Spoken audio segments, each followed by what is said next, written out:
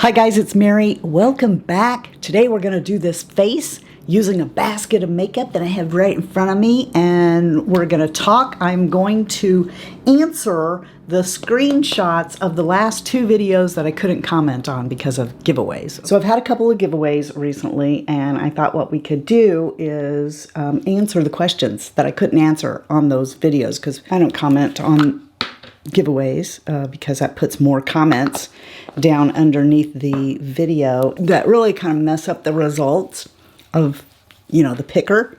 So I just don't do that. So I always say if you want to leave me a question or something to get answered, to put it on another video. But sometimes you guys say things and I screen grab them because I want to talk about that. Anyway, so that's what we're going to do while I am getting ready. Now these aren't in any particular order. These are like things I wanted to say to you guys about things you said over a period of 2 different videos. Carol Clark says, "Hi, I'm Australian. What are crawdads?" I'll put a picture of it here, and if you call it something else in Australia, that's what it is. But basically it's these little beigey kind of looking mini tiny lobster things. I don't know. Brenda Z says, "Watched your video while getting my makeup this morning and realized I'm one of the regulars who must have missed a video or two. I started a new job." Okay, I know why I wanted to talk about that one. Now, I want to make it understood that I'm not, trying to pressure you guys into, drop everything you're doing. Get over there and watch that video right now. But it make anyone think that I wanted you to stop everything you're doing and watch a video. I was just trying to explain something. I'm sorry. Terry Mason makes a comment, and part I want to zero in on it is when we were growing up, our parents knew that we were around somewhere. It was such a different time. We all got up. Couldn't wait, get up, throw on your clothes, scarf down, whatever's the fastest to eat, and then get outside on your bike, go to your fort, go swimming, do whatever. I mean, it was a chore to come in for lunch, wasn't it? Mom would call you for lunch, or you knew what time to be home for lunch, and then you better be there for lunch too. Where I grew up, all of the people in there, they had kids my age, and then we would ride our bikes, we'd do all this stuff. We knew what time to be home for lunch. You did that or you got in trouble. I can remember taking a nap after lunch, not by my choice, and then we would go back out. You'd be home for dinner. You knew it was time to come home for dinner because your dad, or my dad anyway, would go out on the porch and whistle really loud. My dad's whistle was like this. Okay, I'm not going to do it. I can't actually do that. But his whistle would echo so loud that we would hear it, and then we would know dinner's ready. It's time to come home. Kind of like a dinner bell, right? Except it's a dinner whistle. You better not be out playing and not coming home when Dad whistles. You are not holding up dinner, okay? Now, I got a lot of comments to go, so I don't want to get off on some story time here because I can get off on story times about that time of my life and all the things we did. I loved my childhood. I hate it when content creators are so worried about their YouTube ratings. Many times I have asked different people if they would share something or other, and they respond with sorry, but no, YouTube wouldn't allow it. Don't let that ruin all your fun. Long time ago, when I first started my channel, I had another job. My channel back then wasn't about making money. That channel back then was actually not even about Fritzy family. I was basically talking to all my YouTube friends in videos. And forgetting it's public, right? And I wasn't being monetized, and even if I was, like I said, I wasn't making money for it. It wasn't a job. It was just something I was doing for fun. Back then, if I wanted to say something, I would. And other than YouTube canceling you, throwing you off YouTube, who wants to do that? Then you're going to talk to nobody. But if your monthly income is dependent upon what you say on your channel, I get that. I just wanted to explain for people who aren't even thinking about that. Just pretend like on your job that they've said, if you talk about X, Y, and Z, we're not going to pay you. Would you talk about X, Y, and Z? Most people would not because they need to pay their bills. I just wanted to throw that out there that not everybody is making videos on YouTube for the pure fun of it. Some people are actually making a living on here. Now, I'm assuming a lot here. I'm assuming that the thing we're talking about here is something, sex, politics, rock and roll. No, sex, politics, things like this that you can get into trouble for talking about on your channel. My channel is about makeup and being silly, trying to make you laugh, because laughter is the best medicine. And if I can do that, if I can talk about the things I love, give you something of value, and make you laugh,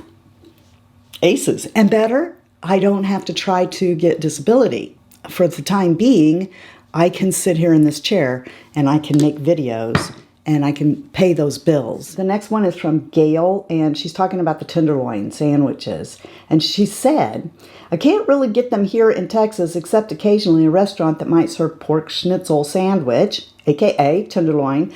It's called different things, different places. But anyway, she says, they don't taste the same though. My son is about to visit my sister's family in Indiana soon, and a couple of visits to the B&K root beer place for Spanish hot dogs and breaded tenderloins is on his must-to-do list. And then she talks about how she can't find Spanish hot dogs anywhere but Indiana. Also, you're going to be seeing me try something. I bought these things on Amazon for a video that I want to do. I'm practicing this. Not because I think I'll do it all the time, but I thought this might help me a little bit with this eye laying down a little to do a wing. I've never done this. You're going to see me most likely mess this up. But like I said, there's something I'm wanting to do here in the future that I thought this might help me to practice with. So I need to think on this for a second, because I would normally use my hands and be over a 10 by to do this. I had to look up what Spanish hot dogs were. Now what I think this is what we used to get at this restaurant called Charlie and Barney's, which we don't have around here anymore. I just confirmed Charlie and Barney's has been gone since 2013. It had a 36-year run though. The flagship restaurant was right here in downtown Indianapolis, but at its peak they had 8 other restaurants in Atlanta, Denver, Charlotte, North Carolina, Tulsa, Oklahoma, and Lexington, Kentucky. But what it is, oh, I don't know about this.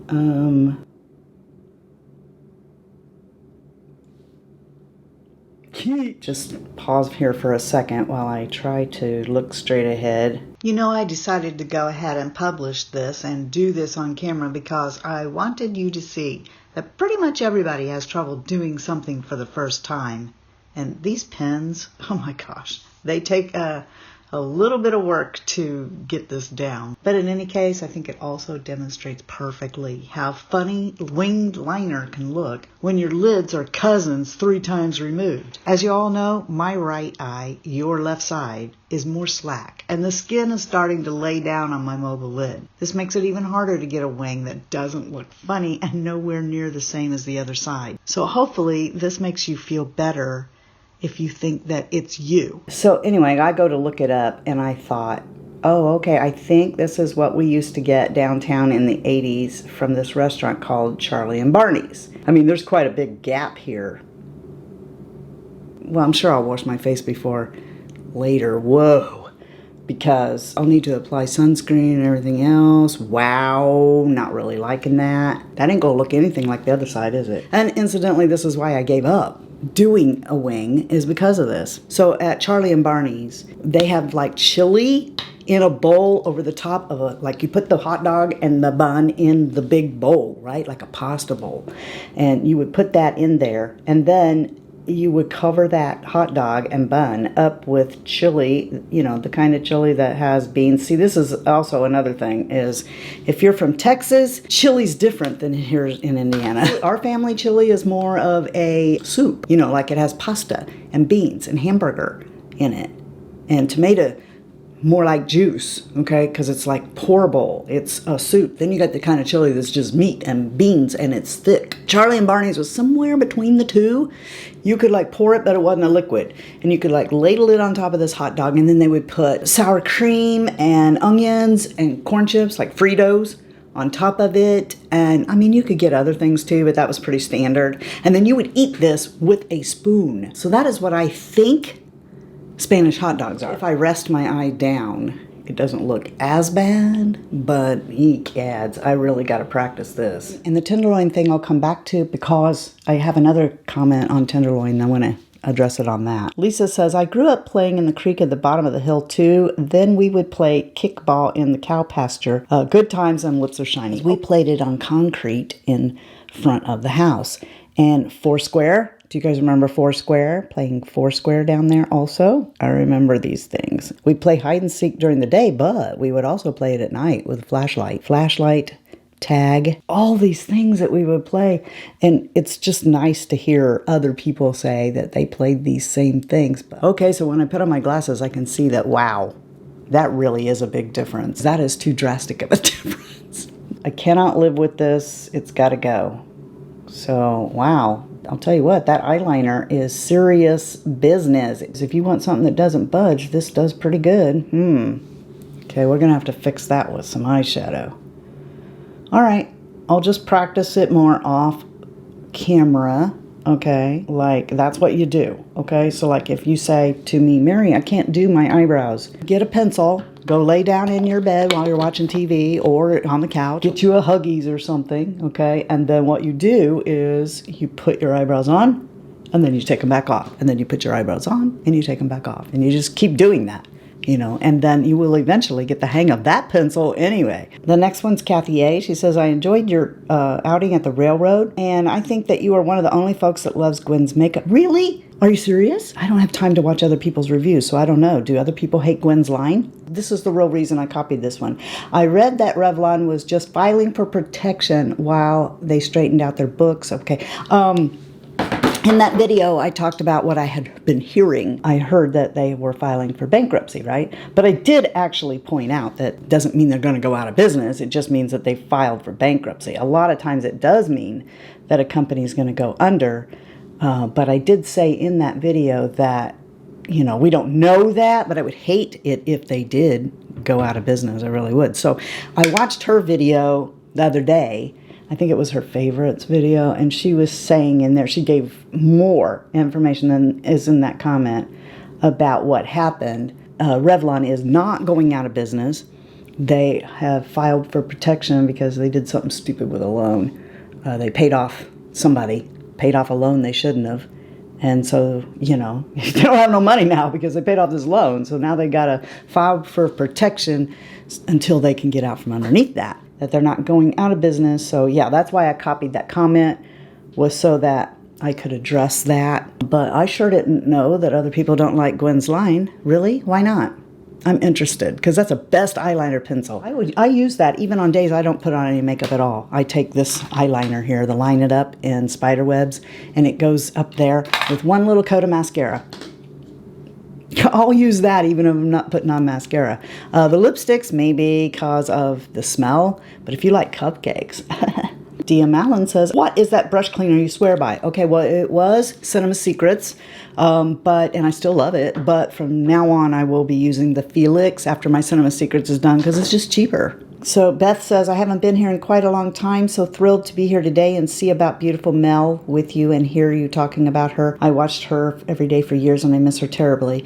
Thank you, Beth, and welcome back. I hope you'll stay around. But when somebody is that much a part of your life, they don't go away. I still talk about Daddy every day. Some days I forget that Daddy's gone. I haven't done that with Mel. In the beginning, I did have a problem. I would reach for my phone to tell her something and then remember and get this shockwave thing going on. But these days, you know, when I talk about Mel or I put like her picture in the background, I got Daddy's back there too. In case any of you were wondering who that guy is, that's my daddy, and Mel is right there. It's serving a dual purpose. When I'm working on my computer, they're to the right of me, and I frequently talk to them. I talk to their pictures. I know it might seem really silly, but I do, you know. I talk to them via their pictures all the time. But it also serves another purpose, and that is to keep her in your memory. Sharon Hardy says, I share a birthday with the world. This was made for the 4th of July video. This is a big one for me, and I just wanted to say, happy birthday, Sharon. Happy big 70-year-old birthday. Leanne says, it's our 50th wedding anniversary, and I wanted to say, happy wedding anniversary. The 50th is a big deal. I remember my mom and dad's 50th wedding anniversary very well because we all went on an Alaskan cruise with them. I made us all t-shirts. They were yellow, and they had the smiley face on the front because my mom, that's her thing, is a smiley face.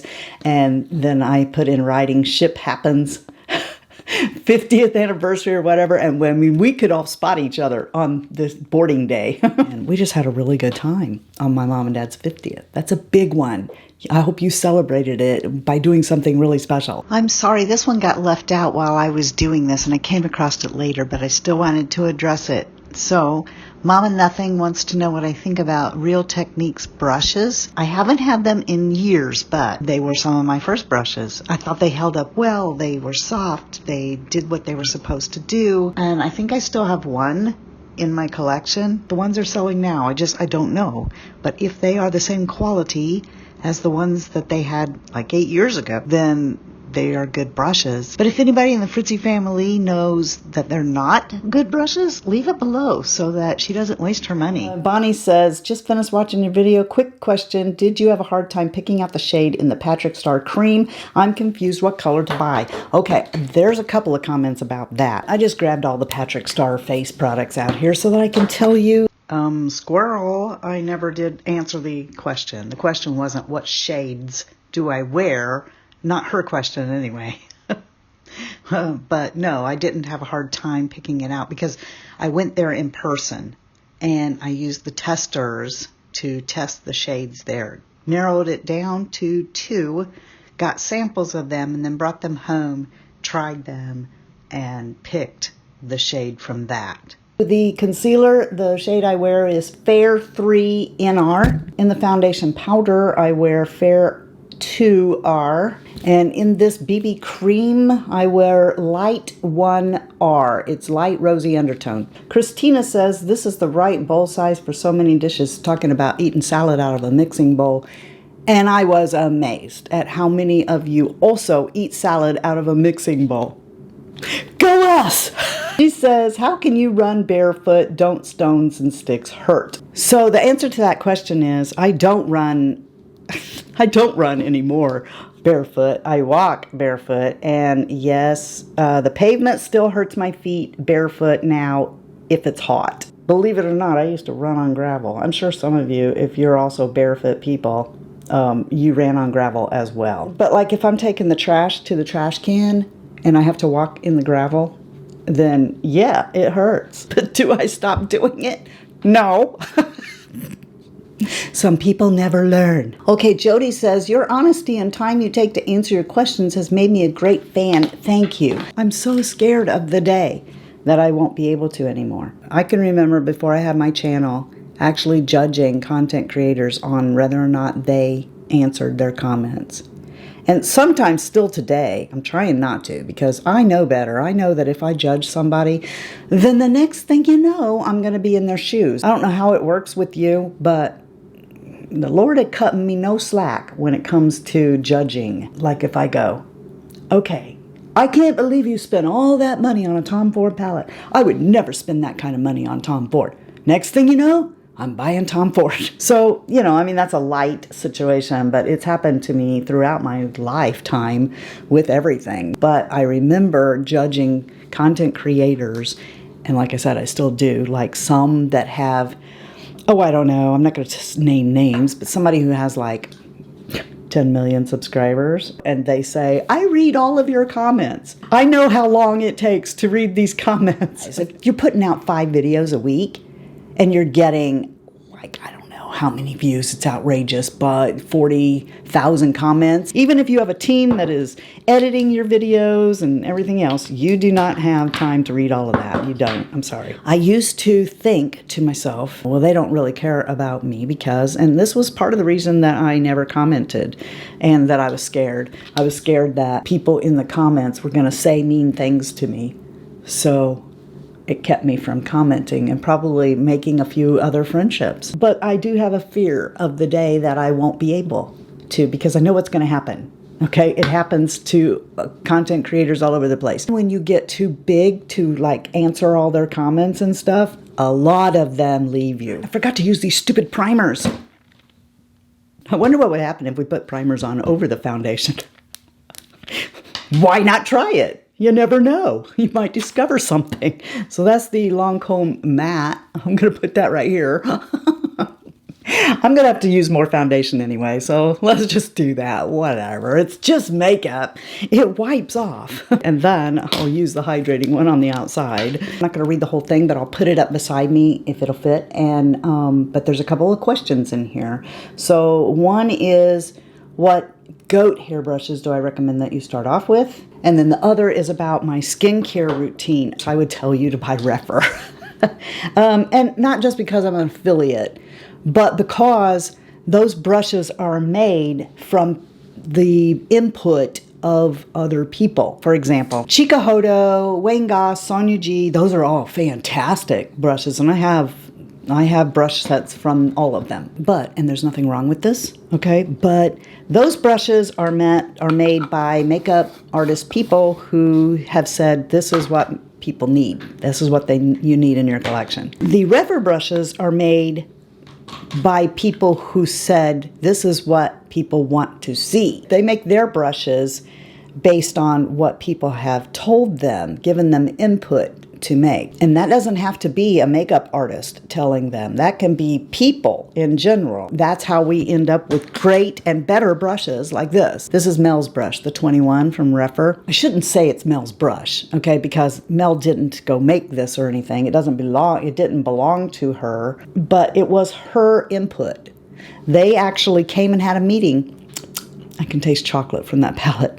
They actually came and had a meeting with Mel. They came to Tennessee and had a meeting with Mel and Kelsey to talk about stuff, and that brush was one of the things. And so that we have that brush because Mel loved this MAC brush that she had, and it went out, and you know, it wasn't the same as it ever was before, and so she wanted to see this, and hey, you know, we can make it even better if blah, blah, blah. And so here's this brush. And rephr brushes aren't as expensive, so if you're going to start out with goat hair brushes, I would recommend rephr. Now, as far as skincare goes, I am holding off. I'm not ready to do a skincare video yet, because all I'm doing at this point is working through products that I have, because I have a lot, and then I bought backups. And here's why you shouldn't buy backups, guys. You might fall in love with something else, and then there you are, and you have a backup of all this skincare. And now you can't use the thing you love because you have backups to work through of other products that you thought were going to be your holy grails. Like I have skincare that I'm going to be using because I don't want to waste it. I'm not using the products that I love the most right now, so I kind of want to hold off until I can. That's why I'm not doing updated videos on skincare. Laura Burkhart made this comment and it really got me thinking. You know, she's right. They don't seal the Essence mascara. I've been in Ulta and seen what these girls that typically buy products like from Essence or whatever, I don't know why they do this, but they go in there and it's a free-for-all. They're opening stuff up and then putting it back. So I usually do have a rule about not purchasing makeup that you can open up in the store and use it. Some lines you can. You can just take it and open it, and I never really thought about it. Once you open a mascara tube, the air can get in there and it starts aging from that day forward. Even if they didn't put it on themselves and put it back, if they opened it in the store, it would start aging from that moment it was opened. I never thought about that. Thank you for pointing that out to me. I probably won't buy Essence anymore. I won't have to make that choice for a while, though, because I think I have 4 tubes in backup. Coral Berry 59 wants me to put together lip tips and tricks for putting on lipstick so that it doesn't feather and stuff. Okay, thank you. Maybe I'll show you what I do here if I can shut my mouth long enough. And then I might consider doing that video in the future. All right, now Linda, who is Lenny B, I've seen a couple of comments here. I think she really wants me to, she keeps making the comment, but it's on the videos that I'm not replying, and she realizes that, so I decided I would answer here. She wants to know if we're related, because both of our toes do that. So like my pinky toe actually does turn completely sideways when I stand. Not like if I've got my feet propped up, you don't notice it, it's forward. But when I stand, the pressure on my feet, like that pinky toe acts on both sides, so I didn't injure it. They both turn sideways, and I don't even feel it. It's just something, it's just how my toes are, okay? And actually my toes next to them. I guess that would be like the ring toe. You know, it corresponds with your ring finger.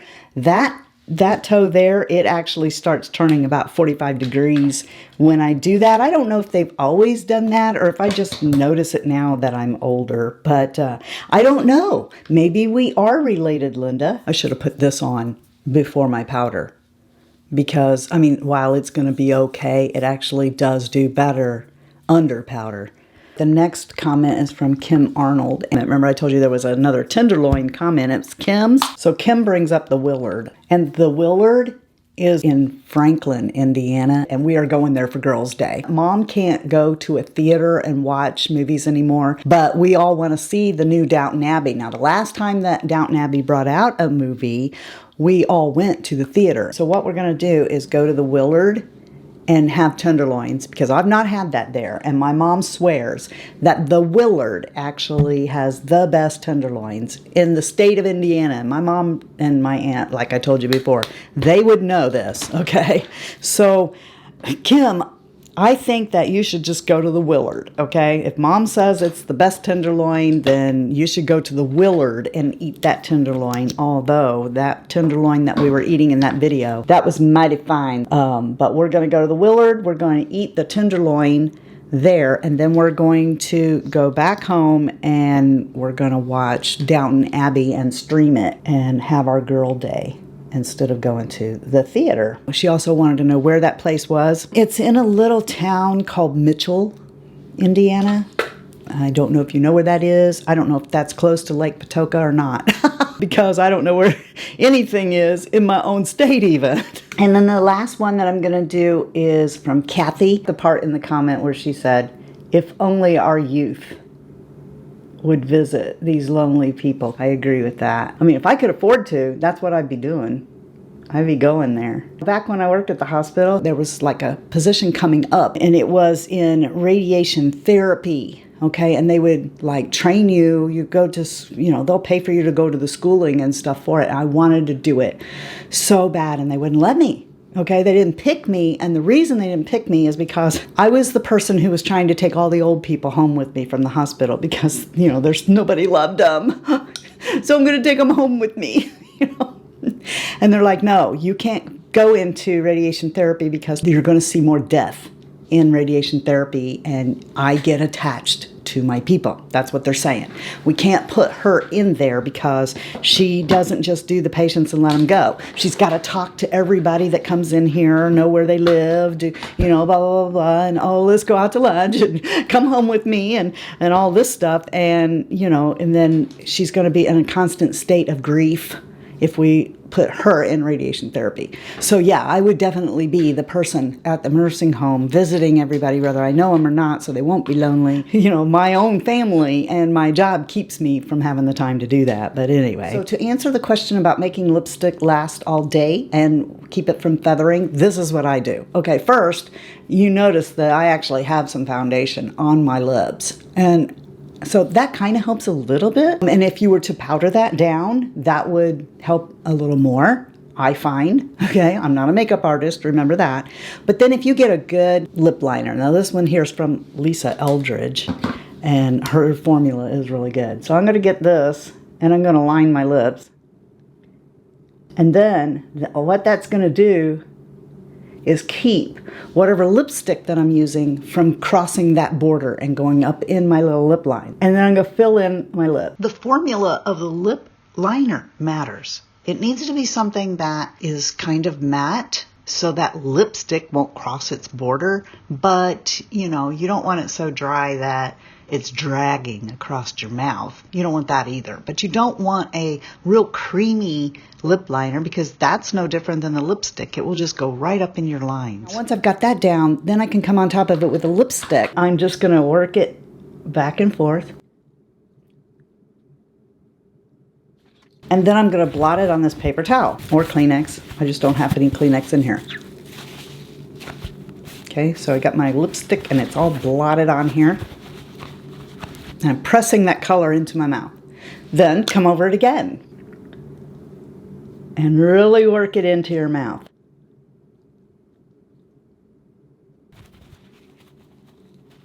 There's a kiss from me to you. Woo! And then I do this. Okay?